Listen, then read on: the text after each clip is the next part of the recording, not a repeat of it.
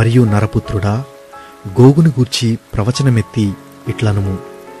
ప్రభువగు యెహోవా సెలవిచ్చునదేమనగా, రోషునకును మేషెకునకును తుబాలునకును అధిపతివైన గోగు, నేను నీకు విరోధినయ్యున్నాను.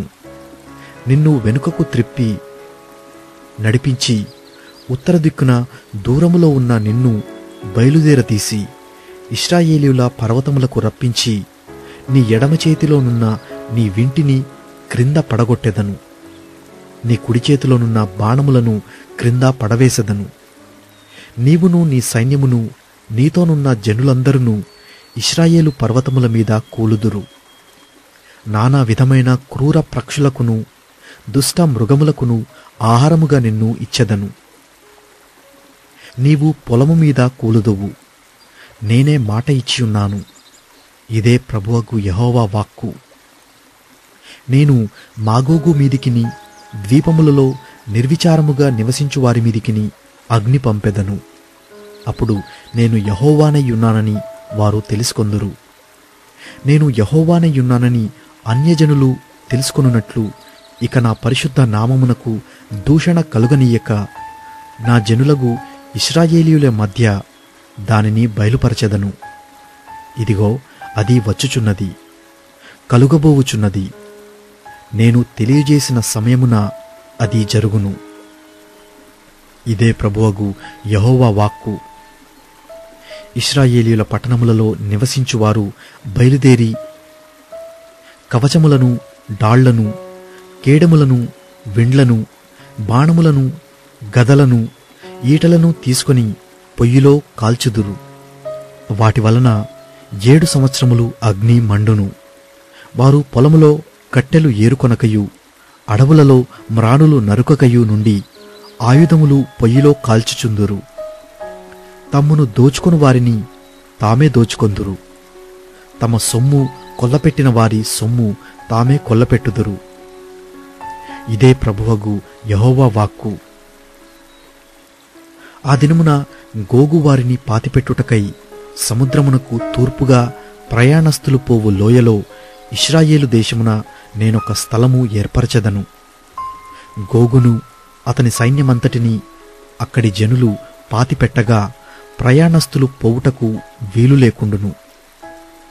ఆ లోయకు హమెన్గోను అను పేరు పెట్టుదురు.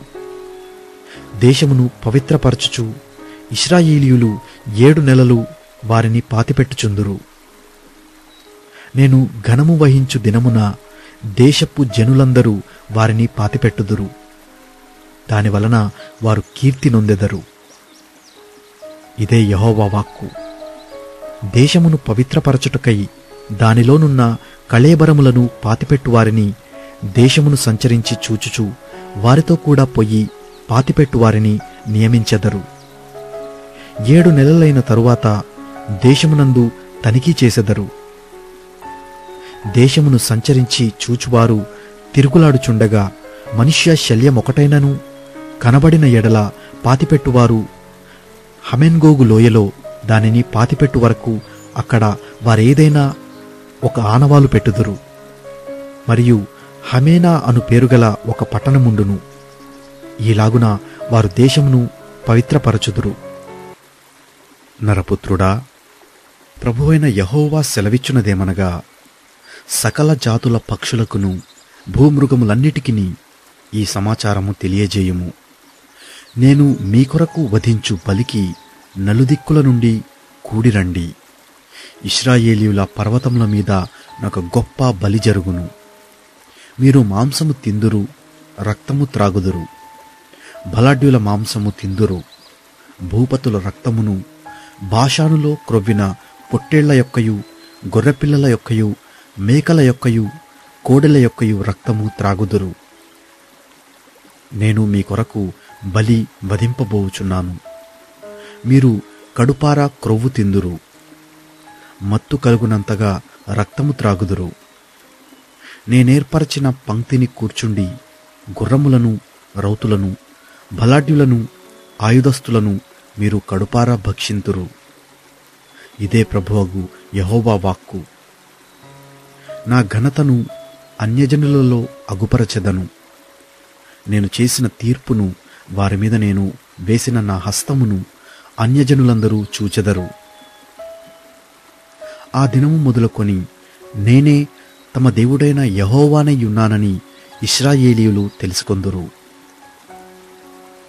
మరియు ఇశ్రాయేలీయులు తమ దోషమును బట్టి చెరలోనికి పోయిరనియు, వారు విశ్వాసఘాతకులైనందున నేను వారికి పరాజ్ముఖుడనై వారు ఖడ్గము చేత కూలునట్లుగా వారిని బాధించు వారికి అప్పగించితిననియు అన్యజనులు తెలుసుకొందురు. వారి అపవిత్రతను బట్టియు అతిక్రమ క్రియలను బట్టియు నేను వారికి పరాజ్ముఖుడనై వారికి ప్రతీకారము చేసి తిని. కాబట్టి ప్రభువగు యెహోవా సెలవిచ్చునదేమనగా, నా పరిశుద్ధ నామమును బట్టి రోషము కలిగిన వాడనై యాకోబు సంతతి వారిని చెరలో నుండి రప్పించెదను. ఇశ్రాయేలీయులందరి ఎడల జాలిపడెదను. వారు నా ఎడల తాము చూపిన విశ్వాసఘాతకమును తమ అవమానమును తాము భరించుదురు. నేను అన్యజనులందరిలో నుండి వారిని సమకూర్చి వారి శత్రువుల దేశములో నుండి రప్పించిన తరువాత వారు సురక్షితముగాను నిర్భయముగాను తమ దేశములో నివసించున్నప్పుడు వారి యందు అన్యజనులనేకముల ఎదుట నన్ను పరిశుద్ధపరచుకొందును.